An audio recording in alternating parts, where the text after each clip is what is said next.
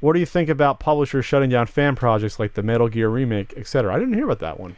That one I don't quite remember or recall, but I mean, Project M is something, the modifications to Smash Brothers Brawl to make it similar to Melee and whatnot. I know that that's not officially like shut down, but you can't find it easier anymore. I think fan projects are really cool, and I think it's really cool when people want to take something and kind of remake it, HD it, or expand upon great concepts that were, already in place. Do fan translations and things. But at the end of the day, what it comes down to is it's not your property, guys. And if they want to shut it down, they're going to shut it down.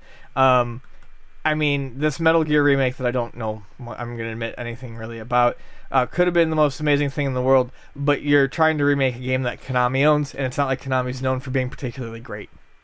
So, I mean, I can't sit here and pretend to get all angry at the publishers for doing it. It'd be nice if all these projects came out, and I think they're cool things, but the question is, what did you really expect? I mean, what's to be expected from this? Oh, there was one that was just shut down. This is one that I saw. It was X-Men Danger Room Protocols. It was a fan project where it was a web series that basically had two X-Men characters in the Danger Room, fighting together. And so they wanted to do a series of these.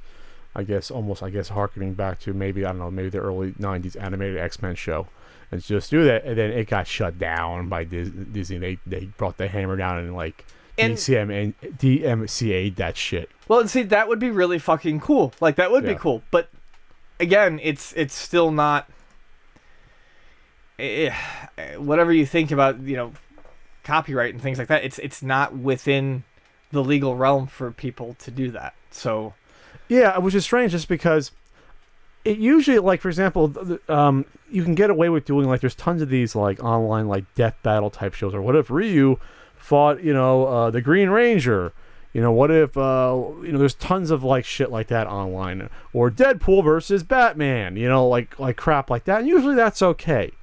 With the stuff that's really far out in the realm of this will never be happening ever. But something, let's look at, I mean, we're going off the topic of the original time, but like this X-Men thing, that's something that could be mistaken if you're literally just mistaken as an actual product from a company. I want to say that's where, if at least, like, Nintendo usually doesn't go after a lot of the fan stuff because it's probably stuff they don't care about anyway, like maybe a book someone's doing.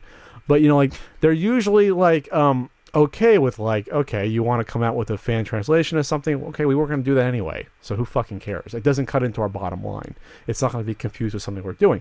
But if it's something like you're going to retool one of our biggest game franchises and come out with it and release it, that might eat into our profit a little bit because we want to release Smash Brothers games. Yeah, or maybe we were gonna do this sort of thing, and or maybe we just like the fact because maybe it thinks that better the direction of a franchise than we do, and it's our franchise. Right. It can be something like that.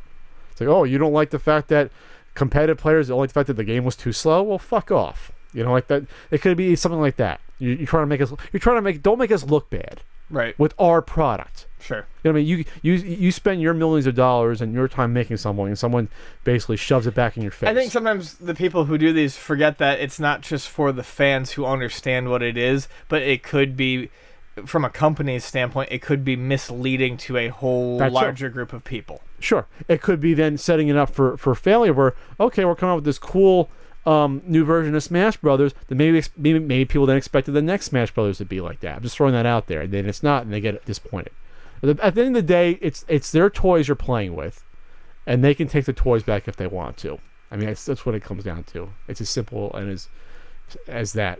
That's the way it works. Right. Doesn't mean it's fair all the time, but there are a lot of fan stuff. A lot of the Star Trek fan films and Star Wars stuff. They don't give a shit about those. Sure. How many Star Wars fucking fan? You know how easy it is to do the lightsaber effects when everyone's a Jedi on YouTube. Like, they don't give a shit about that. They don't.